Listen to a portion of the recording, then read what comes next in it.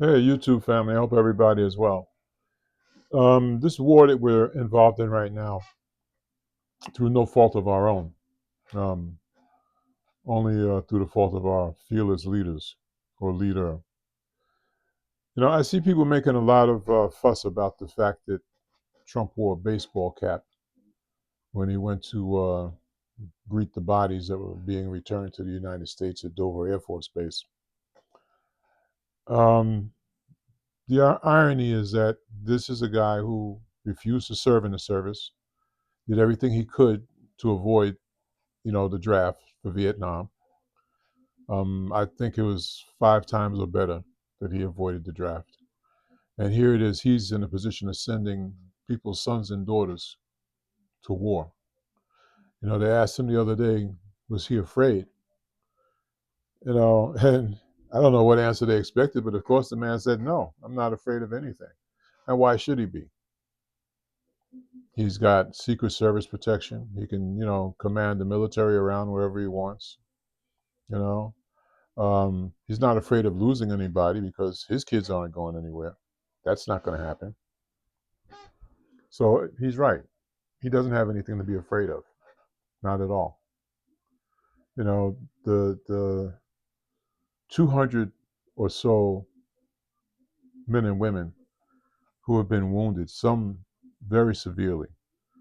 You have, I think they said about 15 people that are in critical condition.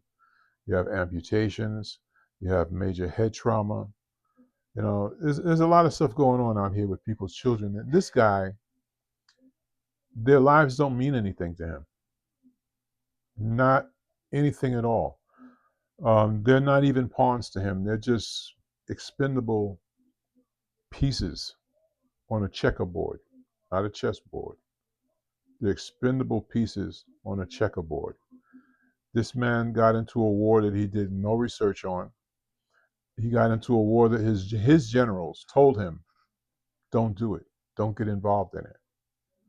Now he's saying he may continue the bombing just for the fun of it. There's no fun here. This is a very grave situation, for the country, for the soldiers that are out there fighting, and for the world, because we don't know where this is going to end up. That's your main reason, anybody's main reason for not starting any kind of conflict. I don't care if it's in the street. You don't know who you're running up against. You know, Apparently he thought he knew who he was running up against and made a miscalculation. Excuse my French, but I was always told that you have to bring ass to get ass. So he went there thinking he was just going to be there to get ass. No, now you're caught up in a little quagmire and you don't know what to do. You're calling on people that you disparaged earlier, that you threw major tariffs on, and now you want them to come and help. Well, they're not coming to help. And I don't think they should come and help. This is something that you and BeBe Nytenyaho have to work out. Not the citizens of the United States, not the United Nations, not what used to be our allies. You, excuse me, not you, but Donald Trump and BeBe Netanyahu need to work this thing out. And if they have to tuck their tails between their legs and, retreat, then retreat. But absolutely no nuclear weapons should be involved in this. Not at all. I believe that that's something that Israel has been angling for since Trump's first presidency. But there's nothing I've seen to warrant that. That's just way too much. You know, Listen, I just wanted to give you guys my take on this situation. Like I said, I believe that we're in dire straits.